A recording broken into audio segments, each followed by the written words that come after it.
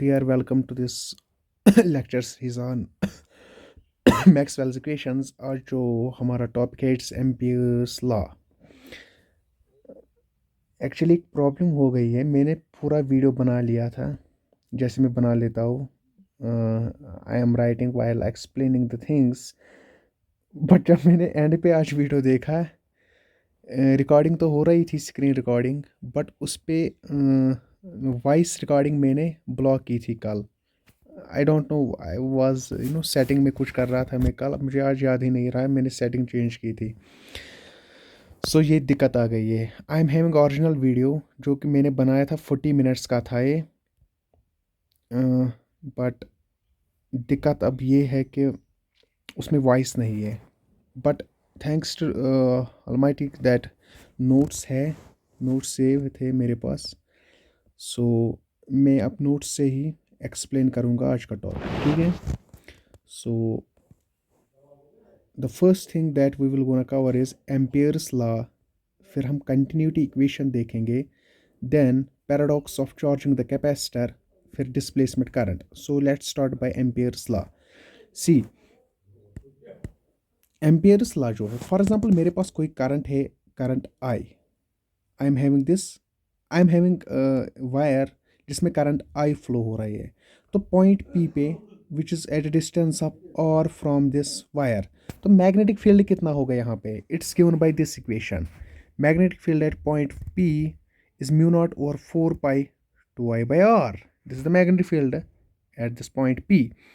Now अगर आप same wire लोगे और यहाँ पे हम पॉइंट पी कंसिडर करेंगे और पॉइंट पी पे मैं एक एम्पेयर लूप बनाऊंगा जो कि आर डिस्टेंस पे ही होगा फ्रॉम एवरी साइड, सर्कल है ये। तो सर्कमफ्रेंस ऑफ इस लूप का कितना होगा, it's 2πr, circumference is given by 2πr। Magnetic field कितना होगा, मैग्नेटिक फील्ड सेम ही है on each and every point of this circumference. तो it's given by mu naught over 4 pi 2I/r, और पैरेलल भी होगा। Great. Now line integral of magnetic field निकालते हैं अराउंड दिस लूप।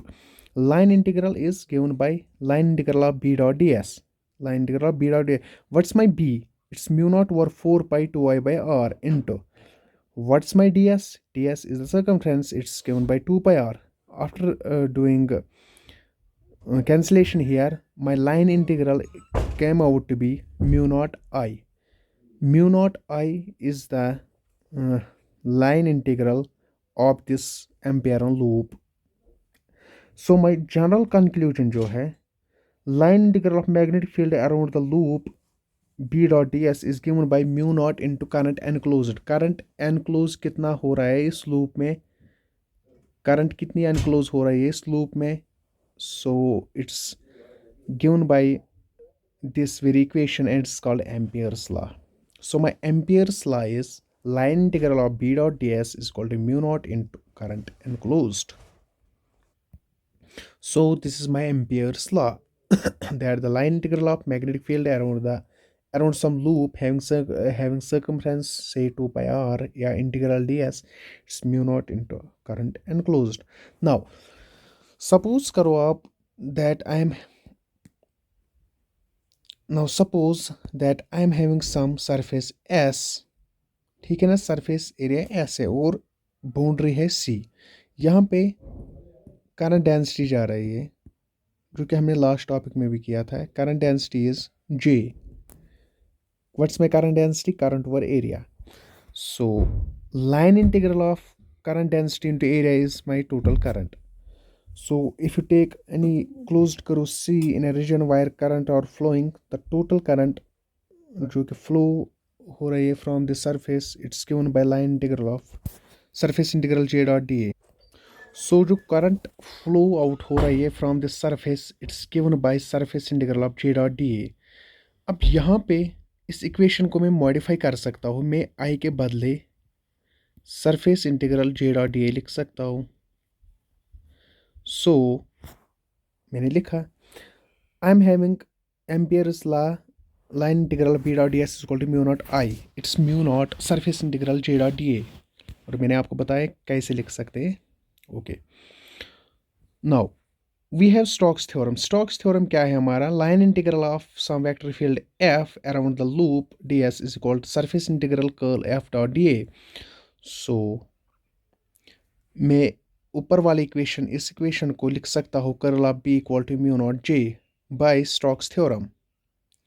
ओके, या curl B is del cross b is mu naught j. It's also one of the form of Ampere's law. So we are done with the first part, which is Ampere's law.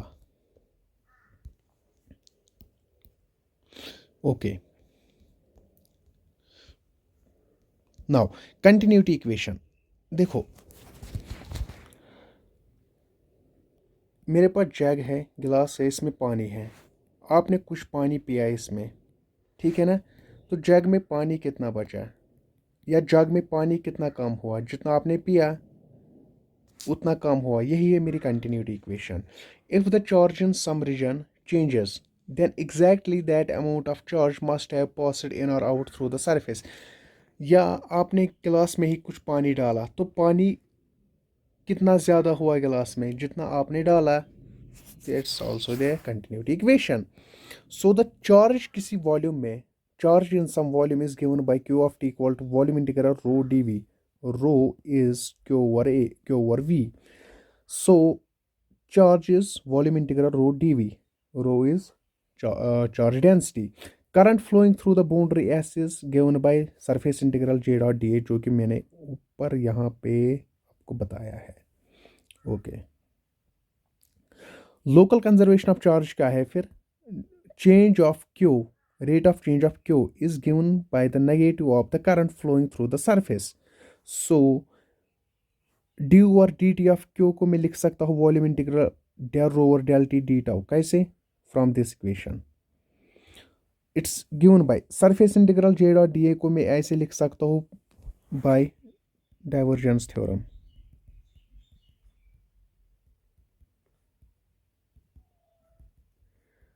by divergence theorem. So in equations को after cancelling volume integral del v, so we are having del rho over del t equal to minus del dot j. This is my continuity equation. कितना charge, कितनी charge density change हो रही है? It's given by del dot J. Okay, this is the continuity equation. मैंने आपको पहले ही बताया था दैट मैंने एक्सप्लेनेशन से अच्छी और लेंथ एक्सप्लेनेशन थी, बट प्रॉब्लम ये हो गई कि दैट वॉइस रिकॉर्डिंग नहीं मैंने ऑन रखी थी वहाँ पे। सो अब मैं नोट से ही पढ़ा रहा हूँ। I am sorry for that. Now capacitor, I am having curl of B equal to mu naught J. I am having curl of B equal to mu naught J. कैसे? माई प्रीवियस इक्वेशंस जो मैंने derive की थी यहाँ पे, curl of B equal to mu naught J. अब इसी equation को मैं डाइवर्जेंस अप्लाई करूंगा from both side. So left side में divergence of curl of B और राइट साइड में mu naught divergence of J. Left hand side is zero because divergence of curl is always zero. You have to remember this. Divergence of curl is always zero. But right hand side तभी zero है, तभी zero है when my j is constant. If my j is not constant, then del dot j is not uh, zero. What's del? It's del over del t. So del dot j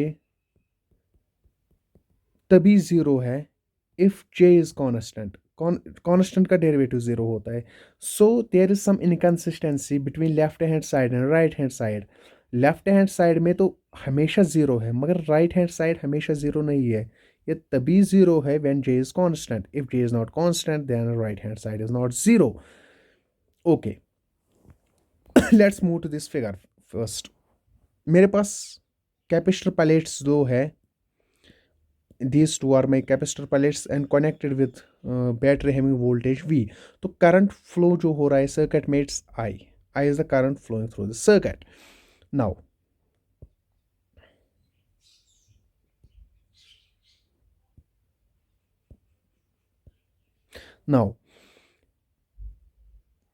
point P है और distance पे from this wire. तो magnetic field कितना होगा, मैं ampere on loop बनाऊंगा यहाँ पे, ठीक है ना, and I will apply line integral B dot D S equal to mu naught I will apply Ampere's law. So magnetic field at point P is mu naught I by 2 πr, ठीक है ना. I will take the second point exactly Ampere on loop के parallel, point B है ये, तो यहाँ पे magnetic field कितना होगा, again Ampere on loop, but यहाँ पे कोई करंट है ही नहीं. So line integral B dot D S equal to mu naught into I. What's my I here, in my second loop it is 0, so magnetic field at point B is 0. Are you getting me or not? But by experiments से क्या मिला मुझे, that the magnetic field at point P is same as that of magnetic field at point B. This is same at but जो equation से निकला it's 0, experiment से कुछ value आया. सिमिलरली जब देखो अब मेरी जो एम्पियर इक्वेशन है, एम्पियरन इक्वेशन है, इसमें दो इनकन्सिस्टेंसीज है. एक तो divergence of curl and the second is by experiment. That means I have to modify my Ampere's equation.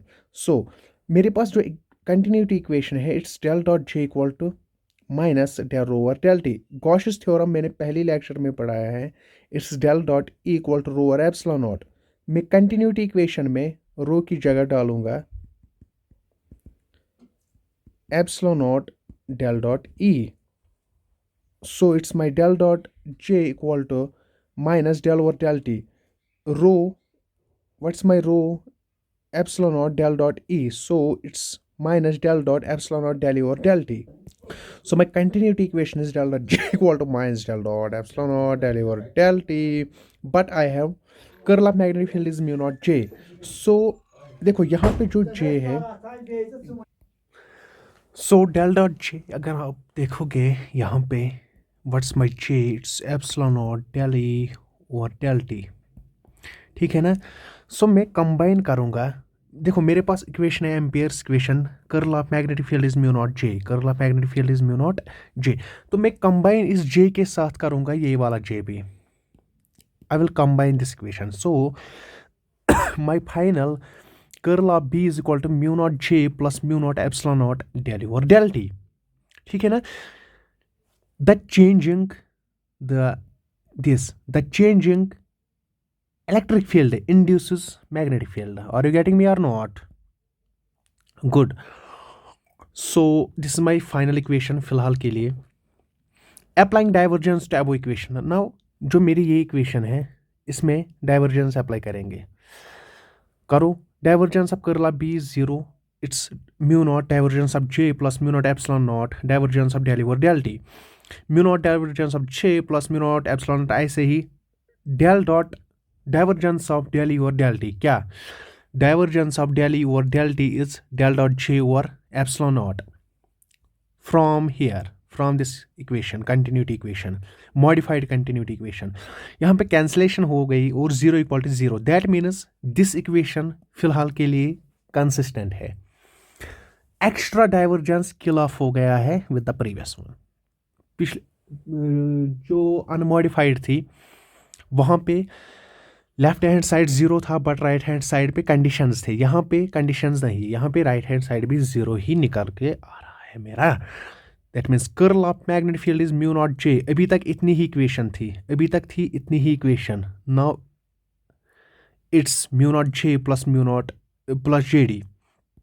What's my J D, epsilon naught del over del t. इसी J D को कहा जाता है displacement current. And this is the Ampere's equation. This is the Ampere's equation.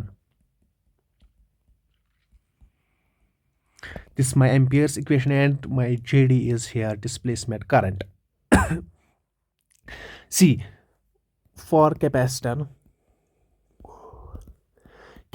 में जो electric field है between the plates, it's given by 1 by epsilon naught sigma. 1 by epsilon naught, what's my sigma? Current density, charge density Q over A. Derivative निकालते हैं del over del t is 1 by epsilon naught A. Del Q over del t is I. So I से लिख सकता हो. So line integral B dot d l is mu naught I enclosed plus mu naught epsilon naught line integral del over del t dot D A. For flat surface अगर है मेरी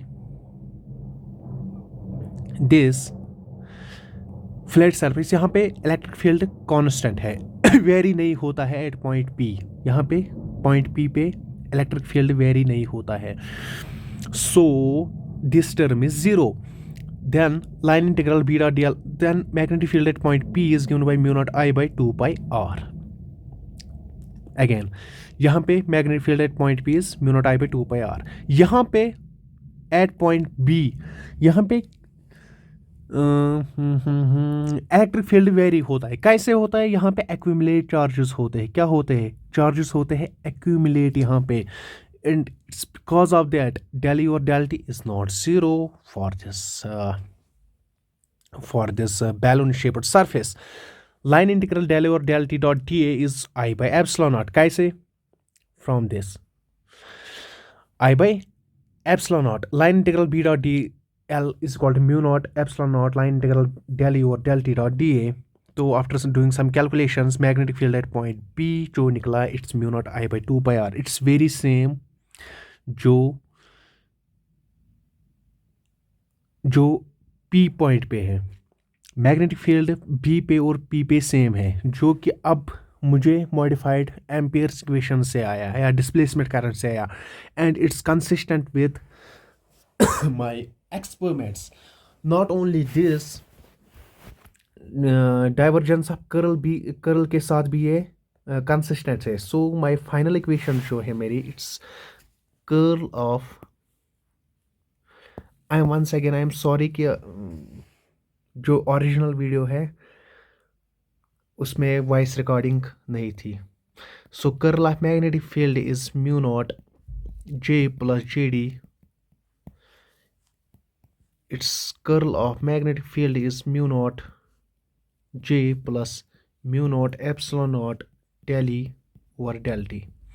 This is my final equation, and it's modified equation, and it's called Ampere's law. This term is nothing but displacement current, और यही term James clerk Maxwell ने add की थी इस equation में, जब इक्वेशंस में इनकंसिस्टेंसी आई थी, and he came up by this equation, and this is the most important equation. Not only किसने paradox resolve किया है, but also this equation gives us the it gives us the possibility of light as electromagnetic wave. वो हम next video में देखेंगे, and that would be probably फिलहाल के लिए last lecture on Maxwell's equations. And thanks. बिल्कुल ये video जो है 18 मिनट्स का है। जो ओरिजिनल वीडियो था दैट वाज 40 मिनट्स, वो 40 मिनट्स का था। बिल्कुल 20 मिनट्स के एक्सप्लेनेशन स्किप हो गई है यहाँ पे, बट आई होप कि आपको ये भी समझ आया। हाँ, कोई डाउट हो या कुछ और, you can ask me. Thanks.